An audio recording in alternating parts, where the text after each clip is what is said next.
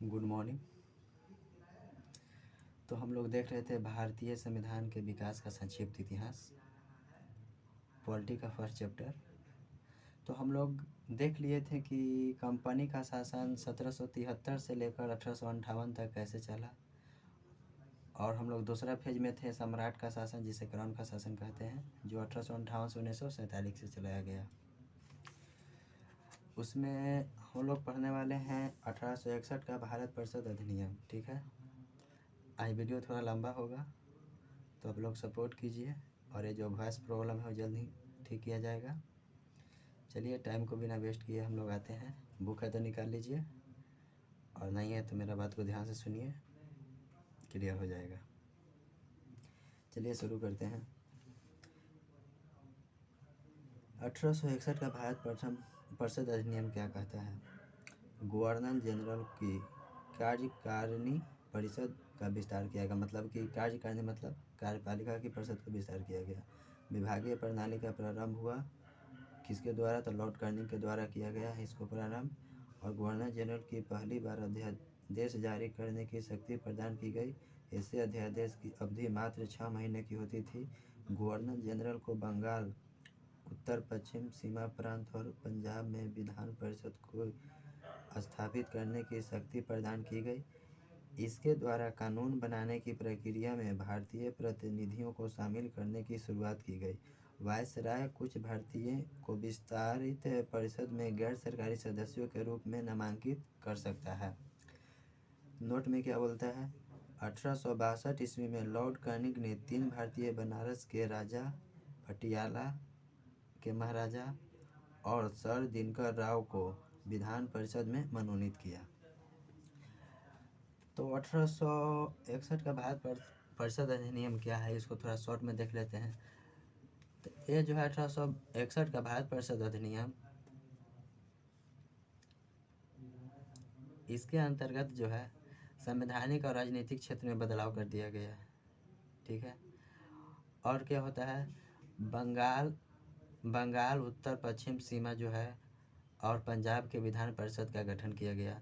तो बंगाल में जो है विधान परिषद का गठन 1862 में किया गया। ठीक है, मेन पॉइंट है, बंगाल में विधान परिषद का गठन 1862 में किया गया। उत्तर पश्चिम सीमा प्रांत में जो है 1866 में किया गया विधान परिषद का गठन, और पंजाब में 1897 में किया गया। ठीक है, यहाँ से क्लियर हो गया। अब देखते हैं 1873 का अधिनियम। 1873 का अधिनियम क्या कहता है? 1873 का अधिनियम में कहता है, इस अधिनियम के द्वारा उपबंध किया गया कि ईस्ट इंडिया कंपनी को किसी भी समय भंग किया जा सकता है। और 1 जनवरी 1884 ईस्वी को ईस्ट इंडिया कंपनी को औपचारिक रूप से भंग कर दिया गया। ठीक है, ईस्ट इंडिया कंपनी को 1873 का अधिनियम द्वारा भंग कर दिया गया। आगे देखते हैं 1876 का शाही उपाधि अधिनियम। शाही उपाधि अधिनियम 1876 में लाया गया। इसमें कह रहा है कि यह अधिनियम द्वारा गवर्नर जनरल को केंद्रीय कार्यकारिणी के 6ठे सदस्य की नियुक्ति कर उसे लोक निर्माण विभाग कार्य सौंपा गया। और 28 अप्रैल 1876 ईस्वी को एक घोषणा द्वारा महारानी विक्टोरिया को भारत पर साम्राज्ञी घोषित कर दी गई। मतलब कि महारानी विक्टोरिया को शासन 1876 से शुरू कर दिया गया। अब आता है 1892 का भारत परिषद अधिनियम। 1892 में जो लाया गया भारत परिषद अधिनियम, उसको देख लेते हैं थोड़ा।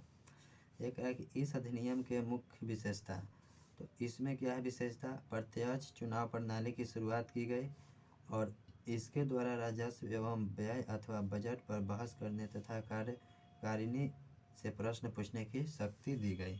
ठीक है, इसमें क्या किया गया? इसके अनुसार प्रत्यक्ष चुनाव जो होता है अप्रत्यक्ष चुनाव शुरू किया गया। ठीक है, और राजस्व एवं बहस करने की कार्यकारिणी मतलब कि कार्यपालिका प्रश्न पूछने की शक्ति दे दी गई। अब आता है 1909 का भारत परिषद अधिनियम, जिसको कहते हैं मार्लो मिंटो सुधार। मार्लो मिंटो सुधार भी कहते हैं, या 1909 का भारत परिषद अधिनियम भी कहते हैं। जरा सा इसको देख लेते हैं। ये क्या कहता है, पहली बार मुस्लिम समुदाय के लिए पृथक प्रतिनिधित्व का उपबंध किया गया। इसके अंतर्गत मुस्लिम सदस्यों को चुनाव मुस्लिम मतदाता ही कर सकते हैं। ठीक है, इस प्रकार इस अधिनियम से सांप्रदायिक और वैधानिक प्रदान की और लॉर्ड मिंटो को सांप्रदायिक निर्वाचन के जनक के रूप में जाना गया। ठीक है, आगे देखते हैं। भारतीयों को भारत सचिव एवं गवर्नर जनरल की कार्यकारिणी परिषद में नियुक्ति की गई। केंद्रीय और प्रांतीय विधान परिषदों में पहली बार बजट का वाद विवाद करने, सार्वजनिक हित के विषयों पर प्रस्ताव पेश करने, पूरक प्रश्न पूछने और मत देने का अधिकार मिला। ठीक है, आगे देखते हैं। प्रांतीय विधान परिषद की संख्या में वृद्धि की गई। सत्येंद्र प्रसाद सिन्हा वायसराय की कार्यपालिका परिषद के प्रथम भारतीय सदस्य बने। उन्हें विधि सदस्य बनाया गया। इस अधिनियम के तहत presidency corporation, chamber of commerce, विश्वविद्यालय और जमींदार के लिए अलग प्रतिनिधित्व का प्रावधान किया गया। नोट में क्या कह रहा है, 1909 में लॉर्ड मार्ले इंग्लैंड में भारत के राज्य सचिव थे और लॉर्ड मिंटो भारत का वायसराय थे, जिसके कारण इसे कहा गया मार्लो मिंटो सुधार। ठीक है, भारत में ब्रिटेन के सभी संवैधानिक प्रयोग में से एक कम से कम तक चलने वाला अधिनियम 1909 का है। जो भारत के ब्रिटेन जो द्वारा लाया गया जितना अधिनियम, उसमें सबसे कम समय चलने वाला 1909 का अधिनियम है। ठीक है, जिसे मार्लो मिंटो सुधार कहते हैं। इसका आप थोड़ा सा देख लेते हैं क्या किया गया शॉर्ट रूप में, एक नोट्स के तौर पे देखते हैं कि इस अधिनियम को मार्लो मिंटो के सुधार से नाम से जाने जाते हैं, पहले बता दिए। ठीक है, क्योंकि अब क्यों जाने जाते हैं, तो इस समय जो है इंग्लैंड में भारत के सचिव थे लॉर्ड मार्लो और वायसराय थे मिंटो, जिसके कारण इसका नाम पड़ गया मार्लो मिंटो सुधार। फिर है इसमें क्या किया गया, तो इसमें मुख्य रूप से किया गया कि केंद्रीय और प्रांतीय विधान परिषद की संख्या बढ़ा दी गई। ठीक है, और केंद्रीय परिषद की संख्या इसमें पहले 16 था, उसके बाद 16 से बढ़ा के 60 कर दिया गया। इसके आगे देखते हैं। इसके द्वारा पहली बार भारतीयों को वायसराय और गवर्नर पद दिए जाने की घोषणा की गई। किसके द्वारा किया गया, तो मार्ले मिंटो जो सुधार आया उसके द्वारा किया गया। इसमें सत्येंद्र सिन्हा को वायसराय का प्रथम भारतीय सदस्य बनाया गया। तीसरा टॉपिक आगे देखते हैं। तो इसी में मतलब कि 1909 जो अधिनियम है, इसमें सांप्रदायिक निर्वाचन का जनक लॉर्ड मिंटो को कहा गया। और जो है लॉर्ड मिंटो को सांप्रदायिक क्यों कहा गया भाई, पॉइंट बनता है, तो क्योंकि मुस्लिम सदस्य के चुनाव के अधिकार सिर्फ मुसलमानों को ही था, जिसके कारण इसे लॉर्ड मिंटो को सांप्रदायिक निर्वाचन का जनक कहा गया। ठीक है, जाहिर सी बात है यहाँ पे दो पक्ष में हिंदू मुस्लिम कराना शुरू कर दिया गया यहाँ से। अब आगे हम देखते हैं 1909 का भारत शासन अधिनियम, 1919 का भारत शासन अधिनियम। यहाँ से शुरू होता है, परिषद खत्म हो गया। अब 1909 में आता है भारत पर शासन करने का अधिनियम जो है वो शुरू किया गया। चलिए देखते हैं भारत शासन अधिनियम क्या है। इस अधिनियम को मॉन्टेग्यू चेडफोर्ड सुधार अधिनियम भी कहते हैं। ठीक है, इसकी विशेषता क्या है, केंद्र में द्विसदनात्मक विधायिका की स्थापना की गई। प्रथम राज्य परिषद तथा दूसरी केंद्रीय विधानसभा। फिर आगे राज्य परिषद के सदस्यों की संख्या 60 थी, जिसमें 34 निर्वाचन होते थे और उसका कार्यकाल 5 वर्षों का होता था। केंद्रीय विधान परिषद की सदस्यों की संख्या 144 थी, जिसमें 4 निर्वाचित होते थे और 40 मनोनीत किया जाता था। ठीक है, इसका कार्यकाल 3 वर्षों का होता था। अब देखिए, दोनों सदनों के अधिकार समान थे। इनमें सिर्फ एक अंतर था कि बजट पर स्वीकृति प्रदान करने का अधिकार निचले सदन को था। ठीक है, प्रांतों में द्वैत शासन प्रणाली का प्रवर्तन किया गया और जो है क्या बोलता है, प्रांत में द्वैत शासन के जनक लियो सोंस क्या है, कार्टियस थे। अब देखिए यहाँ पे से एक पॉइंट बनता है कि प्रांतों में द्वैत शासन का जनक कौन थे, तो लियो सोंस कार्टियस थे। ठीक है, इस योजना के अनुसार प्रांतीय विषयों को 2 उपवर्गों में विभाजित किया गया, एक आरक्षित और दूसरा हस्तांतरित है। ठीक है, आगे देखते हैं आरक्षित विषय। इसके आरक्षित में जब दो में विभाजित किया गया था, आरक्षित और हस्तांतरित। आरक्षित विषय में कौन कौन आते थे उसको देख लेते हैं। आरक्षित विषय में आते थे वित्त, भूमि कर, अकाल सहायता, न्याय, पुलिस, पेंशन, अपराधिकारी जनजाति, छापाखाना, समाचार पत्र, सिंचाई, जलमार्ग खान आ गया, कारखाना आ गया, बिजली, ये सब इत्यादि, ये सब आते थे आरक्षित क्षेत्र में। अनारक्षित क्षेत्र में क्या आता है, हस्तांतरित क्षेत्र में क्या आते थे, इसमें आते थे शिक्षा हो गया, पुस्तकालय हो गया, संग्रहालय हो गया, स्थानीय स्वायत्त हो गया, शासन, चिकित्सा, ये सब थे। उद्योग हो गया, तौल हो गया, सार्वजनिक मनोरंजन स्थान हो गया, ये सब आ जाते थे हस्तांतरित क्षेत्र में। अब नोट में क्या कहता है, आरक्षित विषयों का प्रशासन गवर्नर और उसकी कार्यकारी परिषद के माध्यम से किया जाता था। ठीक है, मतलब कि केंद्र के ओर से किया जाता है। जबकि हस्तांतरित विषयों का प्रशासन गवर्नर द्वारा विधान परिषद के प्रति उत्तरदायी मंत्रियों की सहायता से की जाती थी। इस द्वैध शासन प्रणाली 1935 के एक्ट के द्वारा समाप्त कर दिया गया। ठीक है, आगे देखते हैं।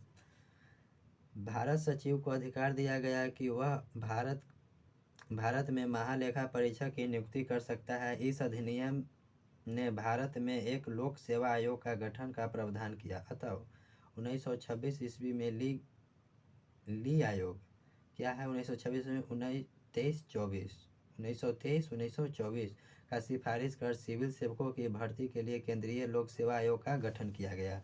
आगे देखते हैं। इस अधिनियम के अनुसार वायसराय की कार्यकारी परिषद में 6 सदस्यों में से 3 सदस्य भारतीय होना आवश्यक था। ठीक है, 6 सदस्य जिसमें कमांडर इन चीफ को छोड़कर 3 गो के भारतीय होना आवश्यक था। इसने सांप्रदायिक आधार पर सिख, भारतीय, ईसाई, आंग्ल भारतीय और यूरोपियों के लिए पृथक निर्वाचन का सिद्धांत को विस्तारित कर दिया। इससे पहली बार केंद्रीय बजट को राज्य के बजट से अलग कर दिया गया। इसके अंतर्गत एक वैधानिक आयोग का गठन किया गया, जिसका कार्य 10 वर्ष बाद जांच करने बाद अपनी रिपोर्ट प्रस्तुत करना था। ठीक है, इसके बाद देखते हैं। इस अधिनियम में केंद्रीय विधानसभा में वायसराय के अध्यादेश जारी करने की शक्तियां का निम्न रूप बनाए गए। पहला क्या बनाया गया, कुछ विषयों से संबंधित विधेयकों को विचारधारा प्रस्तुत करने के लिए उसकी पूर्व अनुमति आवश्यकता थी। ठीक है, दूसरा, उसे विधानसभा द्वारा पारित की गई विधेयक को वीटो करने या सम्राट के विचार के लिए आरक्षित करने की शक्ति थी। तीसरा देखते हैं, उसे यह शक्ति थी कि विधानमंडल द्वारा नामंजूर किए गए, पारित न किए गए किसी विधेयक या अनुदान को प्रमाणित कर दे तो ऐसे प्रमाणित विधेयक विधानमंडल द्वारा पारित विधेयक के समान हो जाते थे। और लास्ट देखते हैं, वह आपात स्थिति या अध्यादेश बना सकते हैं जिसका स्थायी अवधि के लिए विविध प्रकार क्या है प्रभाव होता था। इसका नोट देखते हैं क्या बोलता है। मॉन्टेग्यू चेडफोर्ड सुधार भारत शासन अधिनियम 1919 के द्वारा क्या है, भारत में पहली बार महिलाओं को वोट देने का अधिकार दिया गया। और उस समय इंग्लैंड के प्रधानमंत्री लॉर्ड जॉर्ज था। अब देखिए यहाँ से पॉइंट बनता है कि भारत में पहली बार महिलाओं को वोट देने का अधिकार कब लाया गया, तो 1919 में। ठीक है, इसके आगे देखते हैं।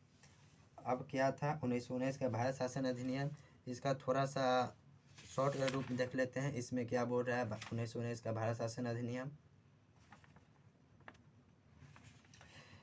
इसका कहना है, भारत शासन अधिनियम के द्वारा देखिए 20 अगस्त 1919 में आया भारत शासन अधिनियम। उससे पहले 20 अगस्त 1917 को ब्रिटिश सरकार ने घोषणा किया कि भारत में क्रमिक रूप से उत्तरदायी सरकार की स्थापना करना है। ठीक है, और 1919 में अधिनियम बनाया जो आया भारत शासन अधिनियम, और उसे 1921 में लागू कर दिया गया। लागू कब किया गया, 1921 में। और इसको मतलब कि घोषणा कब किया गया, तो 20 अगस्त 1917 को किया गया था। ठीक है, अब आगे देखते हैं। इस अधिनियम को मॉन्टेग्यू चेडफोर्ड क्या कहते हैं, मॉन्टेग्यू चेडफोर्ड का सुधार भी कहा जाता है। और देखिए आगे, भारत के राज्य सचिव मॉन्टेग्यू थे और उस समय भारत का वायसराय चेडफोर्ड हैं। इसी कारण इसको मॉन्टेग्यू चेडफोर्ड अधिनियम भी कहा जाने लगा। आगे पॉइंट देखते हैं क्या बोलता है। इस अधिनियम के द्वारा आगे है, इस अधिनियम के अनुसार प्रांतीय क्षेत्र को दो भागों में बांट दिया गया। ठीक है, एक हस्तांतरित और आरक्षित। जो हस्तांतरित क्षेत्र था उसका शासन चलाता था गवर्नर, जो गवर्नर यहाँ का होता था उसके द्वारा चलाया जाता था। आरक्षित जो था उसका गवर्नर के कार्यपालिका द्वारा इसे चलाया जाता था। ठीक है, इसके द्वारा प्रत्यक्ष निर्वाचन और द्वि सदस्यीय क्या है व्यवस्था का प्रारंभ किया गया।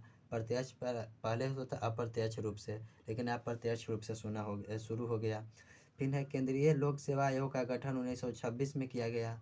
इसी मतलब कि क्या है 1919 में शासन अधिनियम हुआ और 26 में इसी अधिनियम के में जोड़ा गया केंद्रीय लोक सेवा आयोग का गठन किया गया 1926 में, जो कि सिविल सेवा की भर्ती के लिए किया गया था।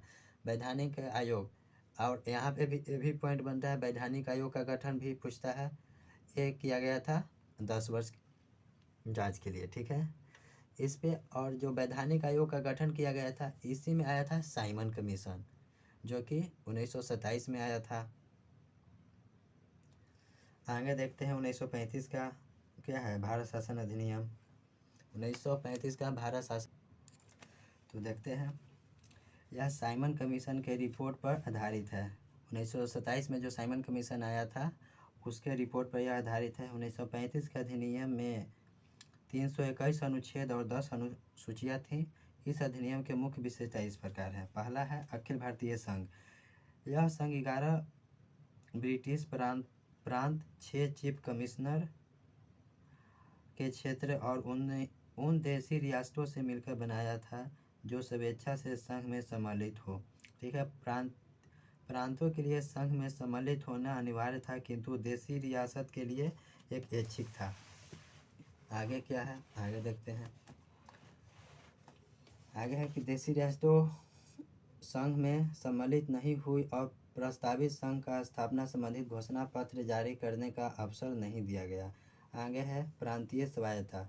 इस अधिनियम के द्वारा प्रांतों में द्वैध शासन व्यवस्था का अंत कर उन्हें एक स्वतंत्र और स्वशासित संवैधानिक आधार प्रदान किया गया। तीसरा है केंद्र में द्वैध शासन की स्थापना। इसमें क्या बोलता है, इस अधिनियम में विधायी शक्तियों को केंद्र और प्रांतीय विधान मंडलों के बीच विभाजित किया गया। इसके तहत परिसंघ सूची, प्रांतीय सूची एवं समवर्ती सूची का निर्माण किया गया। 3 सूची निर्माण किया गया। अब परिसंघ सूची क्या है इसको देख लेते हैं। इस सूची के विषय पर परिसंघ विधान मंडल को विधान बनाने की अन्य शक्ति थी। इस सूची में विदेशी कार्य, करेंसी और मुद्रा, नौसेना, सेना, वायुसेना, जनगणना जैसे विषय आते थे। दूसरा आता है प्रांतीय सूची। इस सूची के विषय पर प्रांतीय विधान मंडलों की अन्य अधिकारिता थी, यानी इस सूची में वर्णित विषयों पर प्रांतीय विधान मंडल को कानून बनाने का अधिकार था। प्रांतीय सूची के क्षेत्र में आता था पुलिस, प्रांतीय लोक सेवा और शिक्षा। इसके बाद समवर्ती सूची है। इस विषयों पर परिसंघ एवं प्रांतीय विधान मंडल दोनों विधान बनाने के लिए एक सक्षम थे। समवर्ती सूची के कुछ विषय थे दंड विधि और प्रक्रिया, सिविल प्रक्रिया, विवाह एवं विवाह विच्छेद आदि। ठीक है, इसके बाद देखते हैं ऊपर उल्लेखित उपबंधों के अधीन रहते हुए किसी भी विधानमंडल को दूसरे की शक्तियों का अतिक्रमण करने का अधिकार नहीं था, लेकिन वायसराय द्वारा आपात की उद्घोषणा किए जाने पर परिसंघ विधानमंडल को प्रांतीय सूचना के विषय में विधान बनाने की शक्ति थी। 2 प्रांतीय विधानमंडल का अनुरोध पर परिसंघ विधानमंडल प्रांतीय विधानमंडल के विषय में विधान बना सकती थी। समवर्ती सूची के विषय पर परिसंघ की विधि, प्रांत की विधि और क्या है विधि पर अभिभावी होती थी। इस अधिनियम में अवशिष्ट विधायी शक्ति वायसराय को दी गई थी। नोट देख लेते हैं, नोट में क्या बोलता है। नोट में 1935 के अधिनियम के बारे में नेहरू एवं अम्बेडकर की युक्ति की आई थी। तो नेहरू जी बोले हैं कि गुलामी का अधिकार पत्र है। 1935 का जो अधिनियम आया वो गुलामी का अधिकार पत्र है। एक वाक्य और बोले थे, एक कार जिसमें ब्रेक तो है पर इंजन नहीं है। और हमारे अम्बेडकर जी क्या बोले हैं, मुझे इस आरोप के संबंध में कुछ क्षमा नहीं मांगनी। इस संविधान के प्रारूप में गवर्नमेंट ऑफ इंडिया एक्ट 1935 के बड़े भाग को उत्पादन कर दिया गया है। फिर चौथा विशेषता क्या है? संघीय न्यायालय की व्यवस्था की गई। इस अधिकार क्षेत्र प्रांतों तथा रियासतों की तक विस्तृत था। इस न्यायालय में एक मुख्य न्यायाधीश तथा 2 अन्य न्यायाधीश की व्यवस्था की गई। न्यायालय से संबंधित अंतिम शक्ति प्रीवी काउंसिल जो लंदन से प्राप्त किया गया। ब्रिटिश संसद की सर्वोच्चता है। इसमें क्या है? ब्रिटिश संसद को सर्वोच्च माना गया है। इस अधिनियम में किसी भी प्रकार के परिवर्तन का अधिकार ब्रिटिश संसद के पास था। प्रांतीय विधानमंडल और संघीय व्यवस्थापिका, इसमें किसी भी प्रकार का परिवर्तन नहीं किया जा सकता है। इसमें देखते हैं भारत परिषद का अंत हुआ। जो परिषद था इधर चलते आ रहा था, 1909 का परिषद, 61 का परिषद, 61 से शुरू हुआ था, उसको ख़त्म कर इस अधिनियम के द्वारा भारत परिषद को अंत कर दिया गया। आगे देखते हैं सांप्रदायिक निर्वाचन पद्धति का विस्तार किया गया। क्या है उस सांप्रदायिक में? तो संघीय और प्रांतीय व्यवस्थापिकाओं में विभिन्न संप्रदाय को प्रतिनिधित्व देने के लिए सांप्रदायिक निर्वाचन पद्धति को जारी रखा गया और उसका विस्तार दलित जातियों, महिलाओं और मजदूरों वर्ग तक किया गया। अगला है इस अधिनियम में प्रस्तावना का अभाव था। अगला है इसके द्वारा वर्मा को भारत से अलग कर दिया गया। अदन को इंग्लैंड में औपनिवेशिक कार्यालय के अधीन कर दिया गया और बराबर मध्य प्रांत में शामिल कर दिया गया। नेक्स्ट है इसके अंतर्गत देश की मुद्रा और साख पर नियंत्रण के लिए भारतीय रिजर्व बैंक की स्थापना किया गया। कब किया गया था? 1935 में। इसने मताधिकार का विस्तार, लगभग 10% जनसंख्या को मत देने का अधिकार दिया गया भारतीयों को। अब देखते हैं इसका जो है 1935 का भारत शासन अधिनियम का थोड़ा छोटा में समझ लेते हैं। मेन टॉपिक क्या कह रहा है भारत का 1935 का भारत शासन अधिनियम। तो 1937 का भारत शासन अधिनियम में देखते हैं। इस अधिनियम के बाद 1900 मतलब कि 35 का भारत शासन अधिनियम था। इस अधिनियम के बाद ब्रिटिश ने पूर्ण रूप से शासन चलाना शुरू कर दिया। ठीक है, और शासन चलाने के लिए 321 धाराएं और 10 अनुसूचियां लाएं। ठीक है, ब्रिटिश द्वारा लाया गया 310 धाराएं और 10 अनुसूचियां। ठीक है, इसके अंतर्गत केंद्र एवं राज्य के बीच शक्ति का बंटवारा कर दिया गया। इसके अंतर्गत 1935 के भारत शासन अधिनियम के अनुसार अब एक रखा गया संघीय सूची, जिसमें 59 विषय थे। लिख लीजिएगा, नोट कर लीजिएगा। संघीय सूची में कितना विषय थे? तो 59 59 थे, जो कि केंद्र के में था। संघीय सूची केंद्र पे, राज्य सूची राज्य में, और समवर्ती सूची केंद्र और राज्य दोनों के लिए था। तो संघीय सूची में 59 विषय थे, राज्य सूची में 54 और समवर्ती सूची में 36 विषय थे। आगे देखते हैं इसका शुरुआत जो है 1935 का जो भारत अधिनियम है, भारत शासन अधिनियम, इसका शुरुआत 1937 में हुआ और 1939 में समाप्त कर दिया गया। 1939 में समाप्त कर दिया जाता है और आगे चल के 47 में आता है भारतीय स्वतंत्रता अधिनियम। उसको देखते हैं आगे क्या बोलता है। 1858 में बने भारत परिषद अधिनियम को समाप्त कर दिया गया। जो बना था उसका अधिनियम, भारत परिषद अधिनियम को ख़त्म कर दिया गया और 10% जनसंख्या को मत देने का अधिकार दिया गया इसी 1935 के भारत शासन अधिनियम के थ्रू। और 1937 में संघीय न्यायालय की स्थापना किया गया।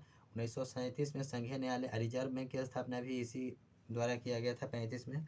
अब आगे देखते हैं 1947 का भारतीय स्वतंत्रता अधिनियम, जो कि लास्ट टॉपिक है इसका। भारतीय संविधान का, जो भारतीय संविधान मतलब हम लोग पढ़ रहे थे, भारतीय संविधान का विकास का संक्षिप्त विकास जो है उसका लास्ट पॉइंट है 1947 का भारतीय स्वतंत्रता अधिनियम। इसको देख लेते हैं एक नज़र। देखिए ये क्या कहता है। ब्रिटिश संसद में 4 जुलाई 1947 को भारतीय स्वतंत्रता अधिनियम प्रस्तावित किया गया, जो 18 जुलाई 1947 को स्वीकार किया गया। इस अधिनियम में 20 धाराएं थी भारतीय स्वतंत्रता अधिनियम में। इस अधिनियम के मुख्य प्रस्तावना निम्न है। पहला जो है 2 अधिराज्यों की स्थापना। 15 अगस्त 1947 को भारत एवं पाकिस्तान नामक 2 अधिराज्य बना दिए जाएंगे और उनको ब्रिटिश सरकार सत्ता सौंप देगी। सत्ता का उत्तरदायित्व दोनों अधिराज्यों की संविधान सभा को सौंपी जाएगी। भारत एवं पाकिस्तान दोनों अधिराज्यों में एक एक गवर्नर जनरल होंगे, जिनकी नियुक्ति उनके मंत्रिमंडल के सलाह पर की जाएगी। संविधान सभा का विधानमंडल के रूप में कार्य करना, जब तक संविधान सभाएं संविधान का निर्माण नहीं कर लेती तब तक वे विधानमंडल के रूप में कार्य नहीं करेगी। आगे है भारत मंत्री पद समाप्त कर दिए जाएंगे। 1935 के भारतीय शासन अधिनियम द्वारा शासन जब तक संविधान सभा द्वारा नया संविधान बनाकर तैयार नहीं किया जाता है, तब तक उस समय 1935 के भारतीय शासन अधिनियम द्वारा शासन चलाया जाएगा। ठीक है। देशी रियासत पर ब्रिटेन की सर्वोपरिता का अंत कर दिया गया और उसको जो है भारत और पाकिस्तान किसी भी अधिराज्य से सम्मिलित होने और अपने भावी संबंधों का निश्चय करने की स्वतंत्रता दी गई। इस अधिनियम के अधीन भारत डोमिनियन को सिंध, बलूचिस्तान, पश्चिमी पंजाब, पूर्वी बंगाल, पश्चिमोत्तर सीमा प्रांत और असम के सिलहट जिले को छोड़कर भारत का शेष राज्य क्षेत्र मिल गया।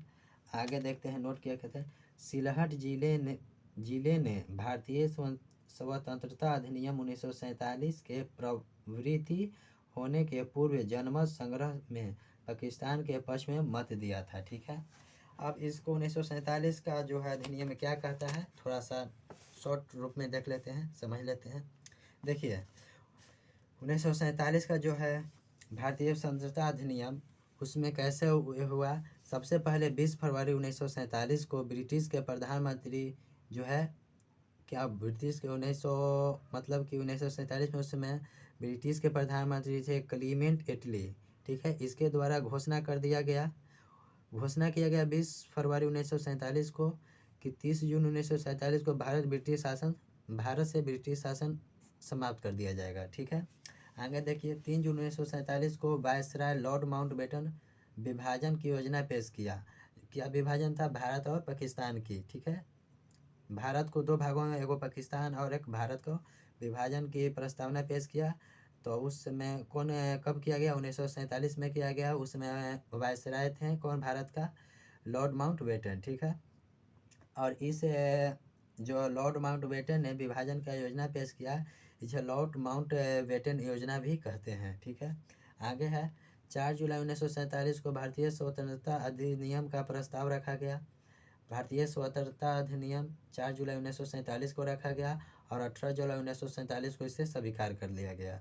आगे है भारत से ब्रिटिश शासन को समाप्त कर 15 अगस्त 1947 को भारत पूर्ण रूप से आज़ाद कर दिया गया और लॉर्ड माउंटबेटन आज़ाद भारत के प्रथम गवर्नर जनरल बने। ठीक है।